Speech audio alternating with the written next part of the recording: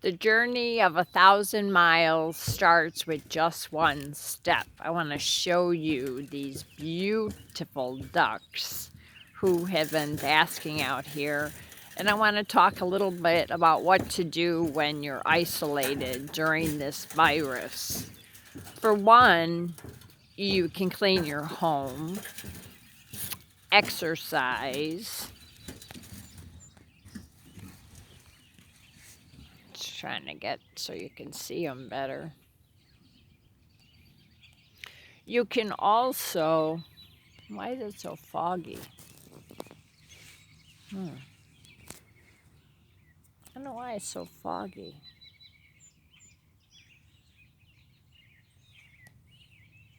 There we go. Sorry about that. You can also finish reading that book you started. Do you see all the ducks? There's tons of them out there. There we see them a little bit better.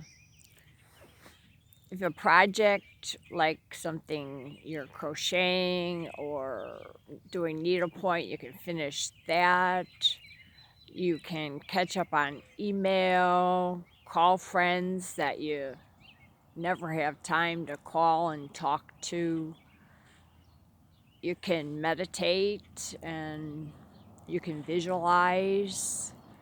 You can set goals. And speaking of setting goals, I actually finished a bliss journal which will take you through the year with exercises to make sure it's spectacular, very encouraging, motivating, inspiring quotes, a way to schedule your day hour to hour, fit in exercise and visualization, and to set a list of 20 things that you want to do, and of course, yearly, monthly, weekly, daily goals. Because I want everyone to have a sensational year, and you know you can. But it starts with planning. It's estimated that only 8% of people that set New Year's resolutions actually accomplish them, which is kind of sad. So I studied that 8% and came up with this journal. And I'm going to post an article. I made the front page of the newspaper for a workshop I did with the Rotary here just weeks ago. And you'll get a little more information about that.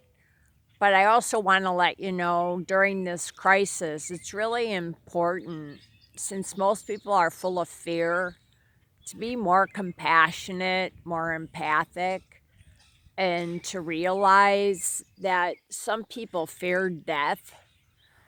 You know, people like me who've been there to heaven in meditation 4 times. It's so peaceful.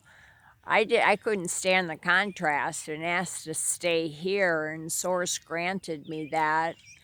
You know, for people who have difficult lives, which are very character building, like I have, you know, life on earth is hell. But I keep asking him to take me, and he won't. So here I am. And I just think when we interact with people, it's really important to leave them in a much better space than we were when we first started talking with them. That's something I'm working on, to be more inspiring and to listen more.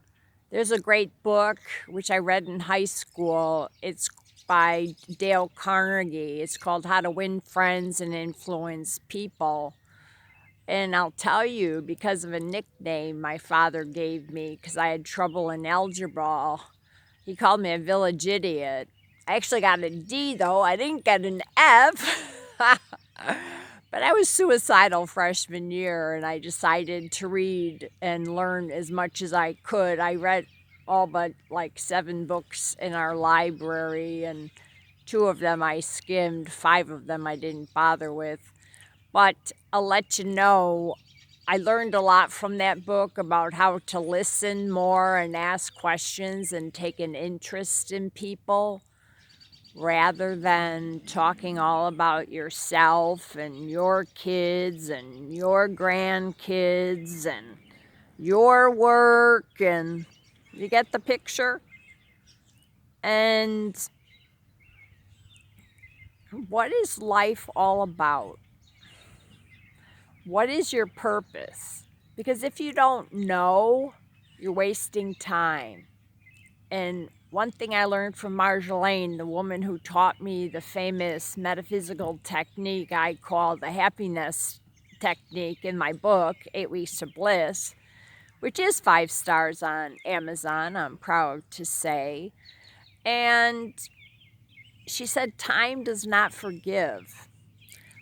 Once it's gone, it's gone. You can never get it back. So don't waste your time. And I was mentored by Mary Kay Ash, the billionaireess. And she said, do things as fast as you can. Don't clean your own home. Get into a skincare class and make $400 and pay somebody $50. And I actually had the blessing when I was directing programs to do that. So make the best use of your time. Figure out what your purpose is. If you need help, I do give free 15-minute bliss coaching sessions. You know, my specialty is lasting weight loss due to my 75-pound loss, which I kept over a decade. With the thyroid issues, I researched, and I think The Grain Brain was the book that helped me the most. And I don't know if you can see all these ducks, but there's one flying. Yeah, it's a shame it's not getting as close as it should. Yeah, that's a little bit better. But, yeah. So thinking positive is crucial. And being out in nature is really important. Exercising, having good nutrition by eating healthy foods, exercise. And I just learned from Dr. Fab, who was fabulous, and this was on Hush Ladies with Trish Gleason, that if you work out really fast for 2 minutes and then normal pace 2 minutes, and you do that 5 times in a row, that is one of the healthiest workouts you can have. And he also said fasting for 16 hours and then eating healthy food the rest of the time is also the healthiest and best way to lose weight. And you know, I'm always learning new things. Check out my business page called Lasting Weight Loss. And yes, we actually do have weight that stays off thanks to Marjolaine's medical physical technique. I also have a confidence boosting exercise that's absolutely remarkable. The book is experiential. You actually heal as you work the exercises.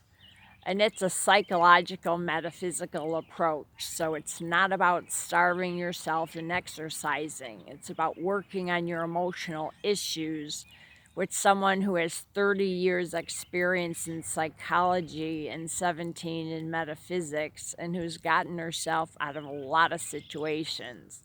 So I thank you for listening. I hope you benefited in some way.